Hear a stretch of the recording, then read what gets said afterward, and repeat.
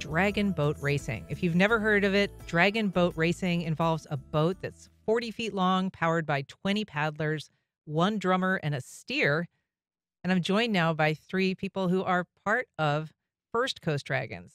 It is a pleasure to have you here, Sara Davis, breast cancer survivor and First Coast Dragon. Yes, thank you for having us. Thank you for being here. Andrea Zuberka, survivor of cancer and also a member of First Coast Dragons. Yes, thank you. And Bekah Alenduff, founder of Get Outdoors Fitness and coach of the Dragons. Welcome. Yes, thank you. So we mentioned cancer. What's the connection, Sara?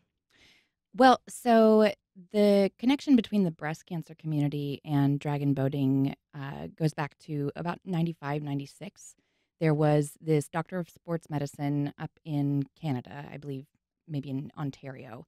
And he had this theory at the time that breast cancer survivors, especially those who'd had lymph node removal as part of their treatment, would benefit from some types of low impact exercise, which was contrary to the sort of prevailing belief at the time that breast cancer survivors needed to not use their upper body at all to reduce the risk of lymphedema.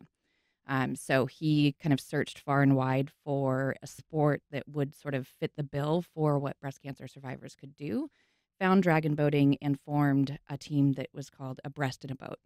And none of those original team members eventually developed lymphedema, and that sort of spurred this movement in the breast cancer community to have dragon boating. Remind us what lymphedema is for people who've not experienced it or don't know someone who's experienced it. Yeah, so when survivors have lymph nodes removed, one of the major functions of your lymph nodes is to sort of move that lymphatic fluid out of your extremities to sort of like cleanse the body. And when you have those removed, it can disrupt that process. And so people with lymphedema end up with swelling in usually the arm that has had lymph nodes removed. And it's typically not something that you can cure. So once you've developed lymphedema, you have lymphedema.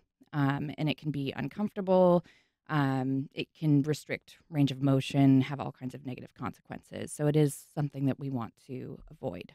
Andrea, you are a survivor of cancer, not specifically breast cancer, but how did you come to the dragon boat community?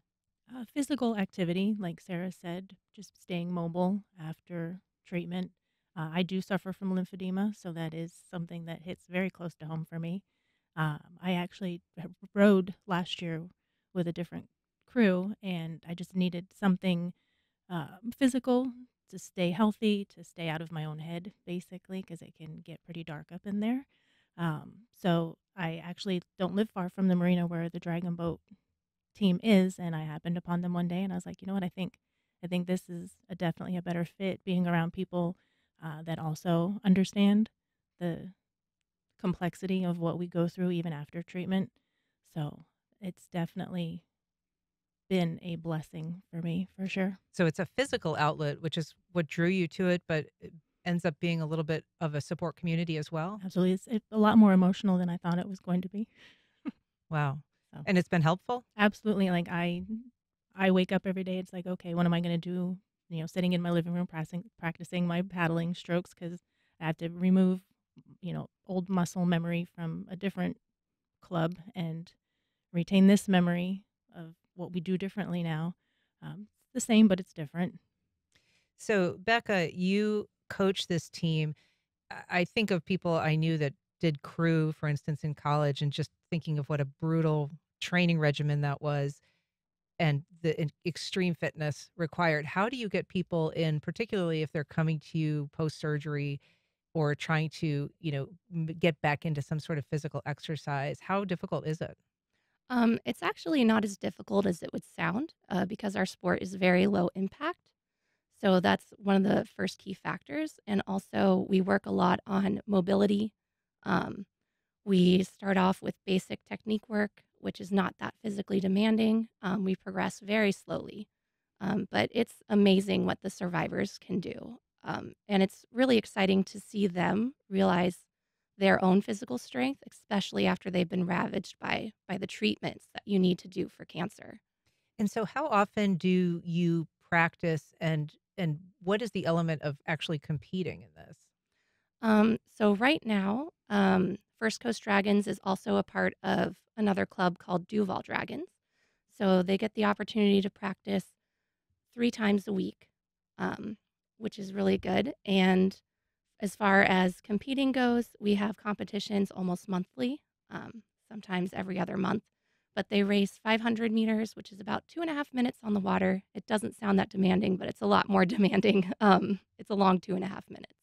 And we should say just briefly, you won a very prestigious award. Can you just tell us briefly about it? Yes, I recently won the TK Spirit Award. TK was a force of nature in the dragon boat community and the paddling community at large. She did a lot to further the sport. She did a lot for survivors. And I was surprised and really honored to receive that award or even be mentioned in the same sentence as TK. Well, congratulations, Bekah Alenduff, Robin Carr, and Andrea Zuberka. Thank you so much for being here. Thank you. Thank you.